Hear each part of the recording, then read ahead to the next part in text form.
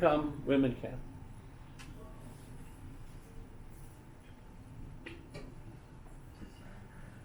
Well, it would have been embarrassing, I guess. Here we are sitting there looking at males fucking one another. Yeah. And, pottery. No? Even some of the designs, like the swastika, you can actually superimpose males with males all around the rim of the vase. One bending over, one standing up, one bending. Yeah, you get the idea. The Greeks were so interesting. You ain't right, dude. Have you not seen their portraits of themselves, like David and the rest of them? Their artwork.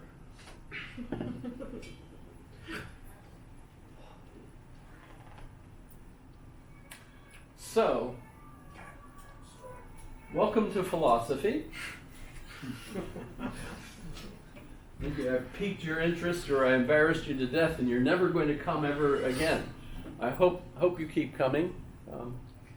I think a lot of that stuff is more openly discussed today than ever. However, when we get to things like the question of love and the dialogue on love, it was translated by Thomas Hobbes and others during the King James Bible period in England into English. And the teachers who were able to read Greek and were translating it for the nobles who weren't going to learn Greek anymore, so that they would be familiar with Greek philosophy, cleaned up the translation so that the kind of love they were talking about and arguing over in the Symposium, for example, it's a dialogue by Plato where they discuss 7 different arguments of 7 different types of love, and in the English translation from that period, it came across as a very abstract kind of love relationship. As a result of that, we think of those kinds of relationships that are love but not sexual as platonic. You ever heard that? It's a platonic relationship. It's false. If you understood what the Greeks were really saying, there was an awful lot of sex involved. Pretty embarrassing stuff if you were raised Protestant, Christian, and you have that Christian ethic that says ought not to talk about that. That's verboten, which is German for forbidden. Yep. But we use it in English a lot. Ich spreche auf Deutsch. Sehr gut. Ja, Parl. Ja, Parl? That was a mix, because Ja is Russian for I, and Parl is French for I. Yes. Let's forget the language stuff. Okay. So, love of knowledge. How many of you love to know?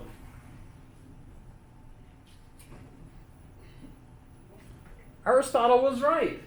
We're really curious. In fact, it's pretty easy. You wouldn't be here if you weren't curious and wanting to know stuff.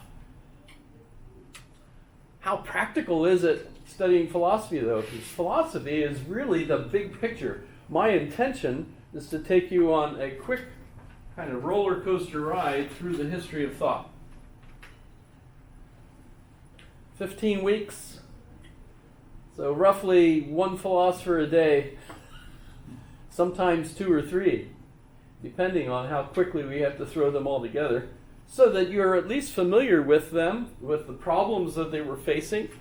And in our modern metaphor of thinking about computers and comparing ourselves to computers, think of your head, your brain, and I know your whole body is really your brain, depending on how you think about it, right?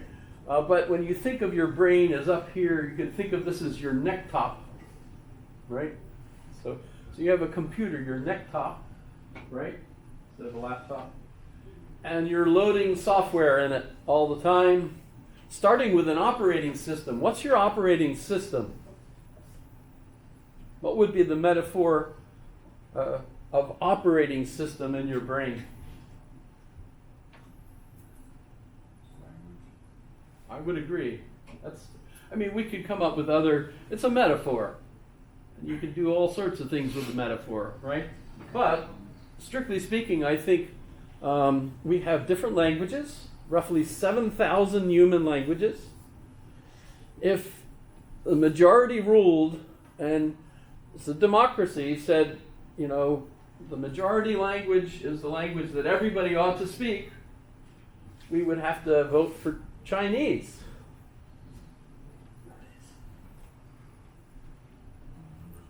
Could be Hindu, but I mean, that's, which country has the most people?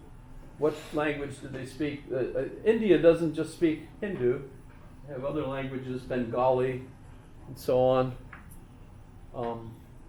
Chinese, for the most part, do speak all Chinese, as far as I understand it, although if you're living in Manchuria and you visit Canton, they're not necessarily going to understand one another, although they could write to one another, which is really interesting, right?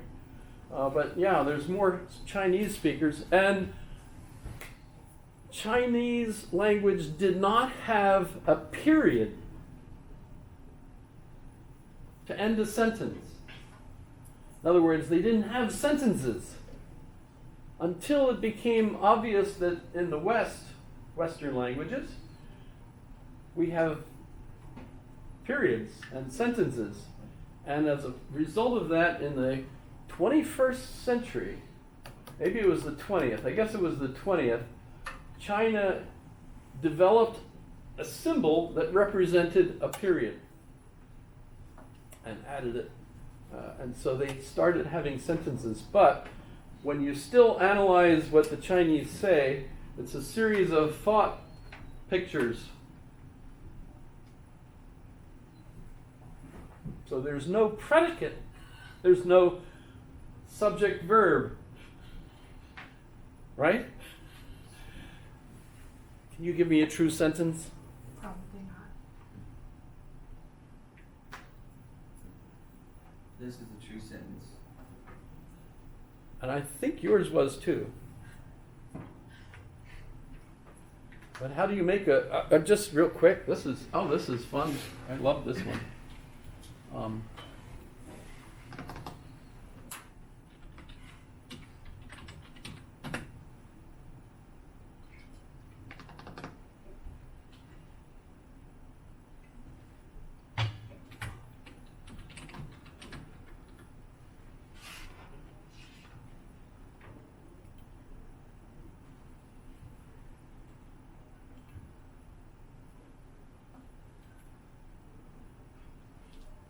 Oh shoot, that's not going to work, is it?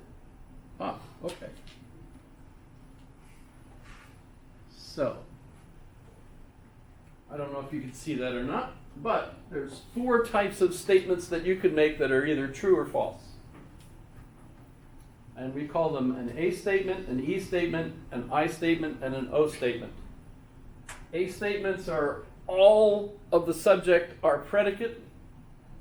E statements are none of the subject or predicate, so they're mutually exclusive. I statements are some of the subject set are predicate. And the O statement is some of the subject set are not predicate.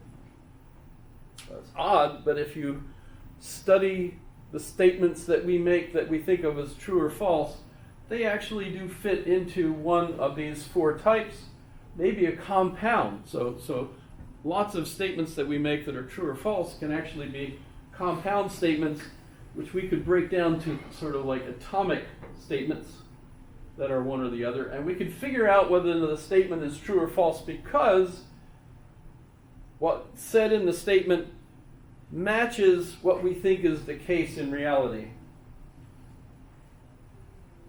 All horses are animals. It's officially true, right?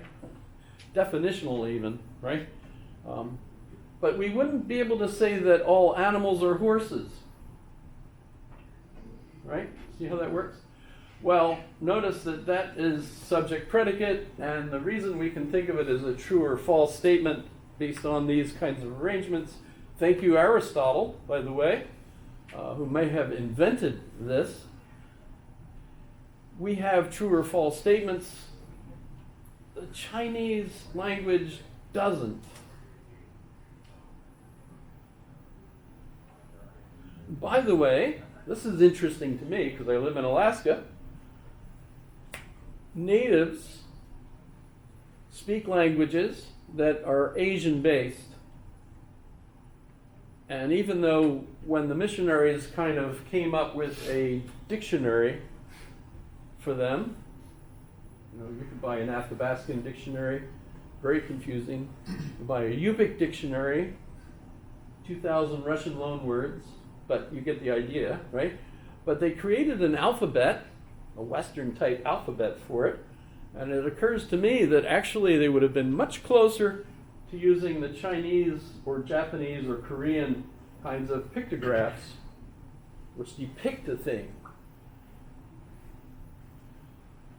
That would have been closer because when you listen to an elder speaking in a native language and the translator's translating, one of the things they have to do is decide where to put a period, because there is no period in the statements that the elder's making. They're not in sentences, they're in a series of images. So when you have 7,000 human languages, and you're trying to figure out what way does the world work, there perhaps may be 7,000 different ways we can perceive the world, but how do we actually get to the way the world really is outside of language?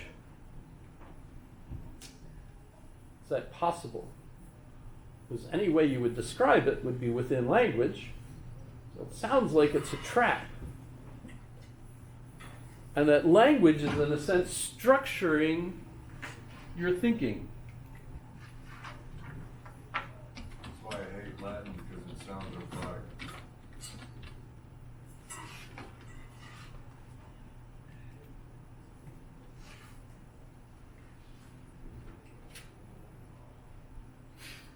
It's also known as the Sapir-Whorf hypothesis. Interesting. That's going up and down in popularity depending on. However,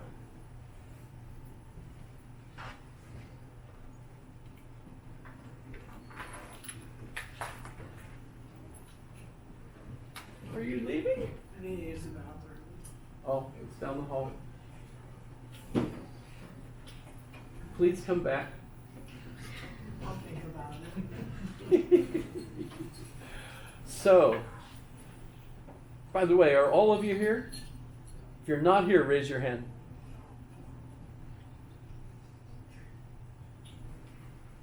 Okay. How many people would like an A in the course?